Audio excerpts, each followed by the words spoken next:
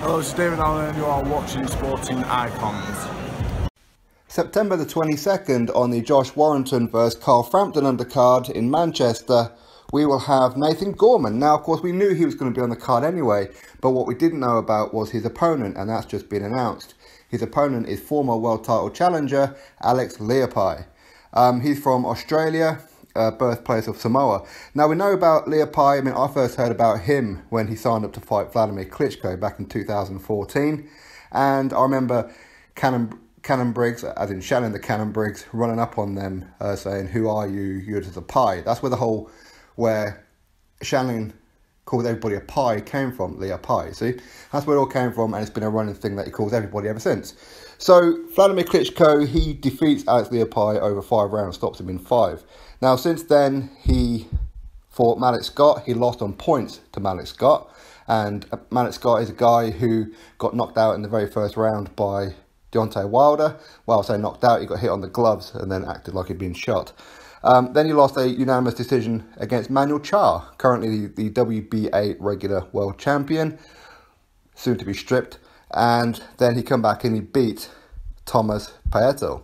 But he did take the whole of 2016 off. In fact, he had virtually 18 months out of the ring.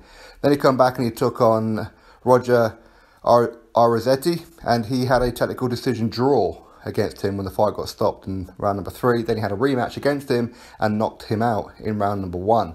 So he's coming off of a win, and when Frank Warren and Nathan Gorman says former world title challenger, well, he was. And I will probably put Leapai on the same kind of level as, say, Francesco Pianetta. I will put him in that kind of bracket, both of them formerly world title challengers. So this is a very good step up for Nathan Gorman. It's a fight that I fully expect Gorman to win, potentially by stoppage. I mean, Leapai, out of his 7 losses, he's been stopped 3 times. So it's quite a tall order for Nathan Gorman to do so, but I expect this fight to go a few rounds, probably 4 or 5 rounds, and then Nathan Gorman will put a stop to him. But Alex Leapai, he does have 32 wins, 26 of those by knockout. So he's not feather-fisted at all, so Gorman does need to be on the top of his game to avoid the big shots from Alex Leapai.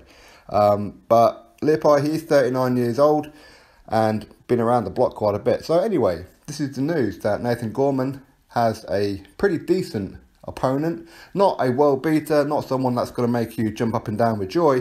Of course not, because we would all like to see Nathan Gorman against Daniel Dubois. Frank Warren doesn't seem too interested in making that fight, and Daniel Dubois doesn't seem too keen on that either, by all accounts, going by some of his statements. So ultimately we have to wait and see. The British Boxing Board of Control have ordered Nathan Gorman versus Daniel Dubois as a final eliminator, not only for the English title, but for the winner of potentially even Hughie Fury against Joe Joyce for that British title. If that fight doesn't happen, then it will be Joe Joyce against whoever it may be, maybe Dave Allen or whatever. So we'll have to wait and see what happens in all this. But either way, Nathan Gorman, Alex Leapai on September 22nd in Manchester on the Josh Warrington vs Frampton undercard. Drop your thoughts below, click that thumbs up, and of course subscribe. Catch you all on the next video.